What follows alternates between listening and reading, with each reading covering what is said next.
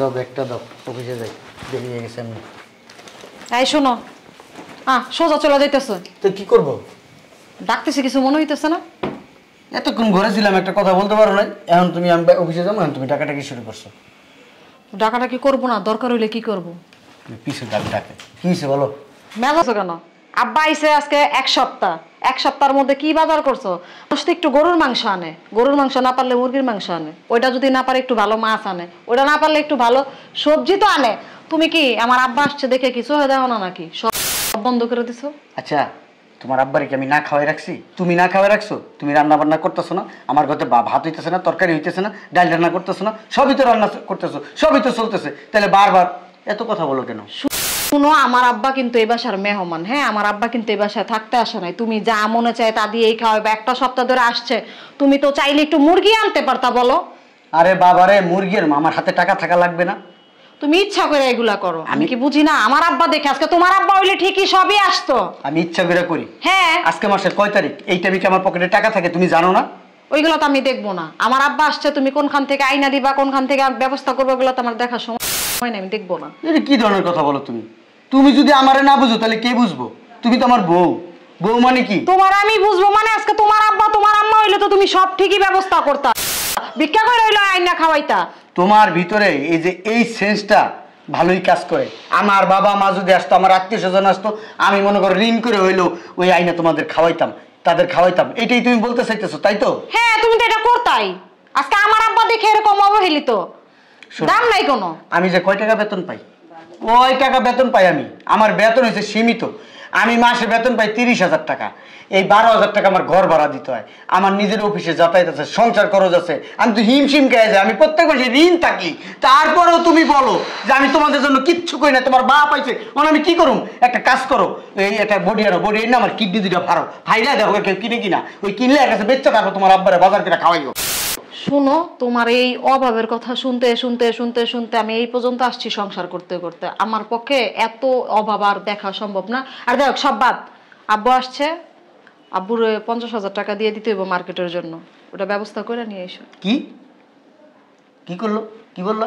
কানে শুনো না? না, আবার বলো তো, আবার বলো। 50,000 টাকা আব্বুরে দিতে হবে মার্কেট করার জন্য, আনাইলে আমার কোনো মান সম্মান থাকবে না। আমি আমার শ্বশুর বাড়িতে ফকিন্নি, এটা আমি পরিচয় দিতে চাই না।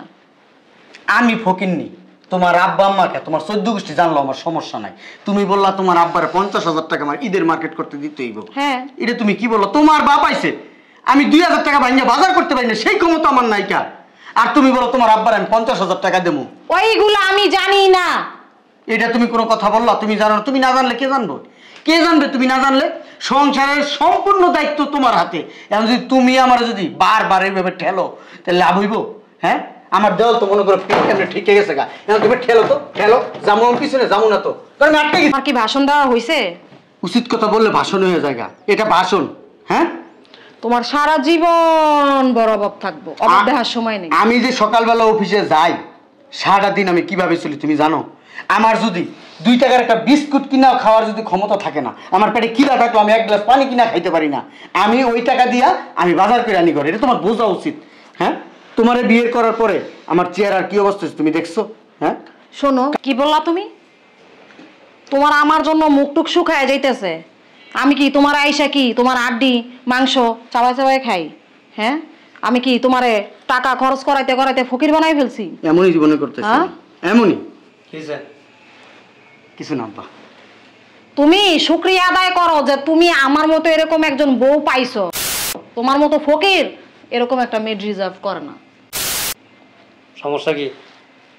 না আব্বা, কিছু হয় নাই, কোনো সমস্যা না। কোন যাবো চিল্লাচিল্লি শুনতেছি না সাধু না আব্বা, কিছু হয় নাই।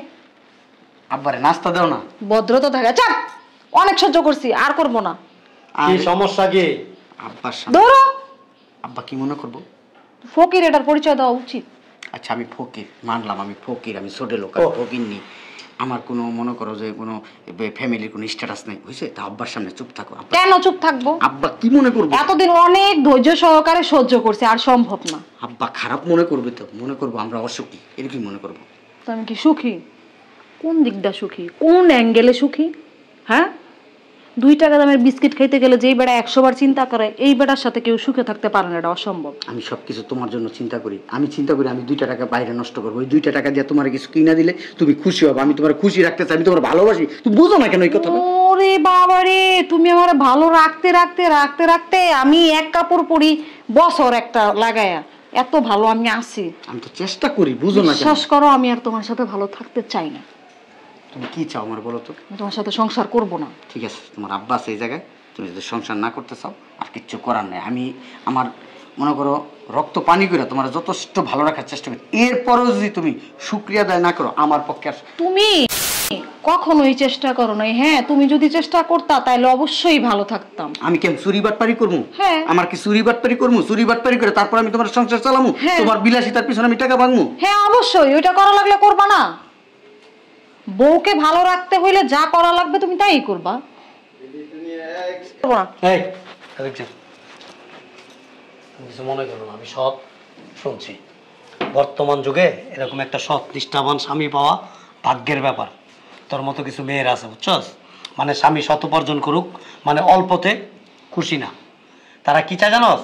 স্বামী চুরি করুক, ডাকাতি করুক, দুর্নীতি করুক, মদ বিক্রি করুক, গাঁজা বিক্রি করুক, নেশা বিক্রি করুক, যা খুশি তা করুক, আমাকে আইনা দামি দামি গহনা পরাবে, দামি দামি শাড়ি দিবে, আর মোটা মোটা হাত খরচ দেবে। এটা সুখ নাই। আর আমি কি তোর একবারও বলছি যে তোর জামাই 50,000 টাকা আমার ঈদের শপিং করার লেগে দিতে হইব? বলছি? তুই কেন বললি? হ্যাঁ, ছোট হয়ে যাবো তো বাবা।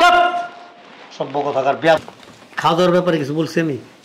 আমি যখনই আসি কোনো সময় কোনো অভিযোগ করছি না, যে তুই এটা দেস না, ওইটা দেস না, তোর জামাই এটা আনো না, ওইটা আনো না? বরঞ্চ আমি প্রশংসা করে যাই। আরো কি বলে যায়, স্বামীর সাথে ঝগড়া করবি না, স্বামী যেটা দিব সেটাতে সন্তুষ্ট থাকবি। এই জন্য তোমার বাজার করে বেয়াদব মেয়ের জামাইটা দিয়ে আমি ফুটানি করুন না, পাগল গুনানের। যাও তুমি অফিসে যাও। আব্বা আপনি কিছু মনে করেন না? আব্বা যাও, তুমি তো মেয়ের জামাই না, তুমি আমার একটা ছেলে। যাও। সত্যি বলেন, আপনি রাগ করেন না? আমি কোনো রাগ করি না, আমি খুব খুশি, খুব হ্যাপি যে আমি তোমার মতো একজন সৎ নিষ্ঠাবান একজন মেয়ের জামাই পাইছি।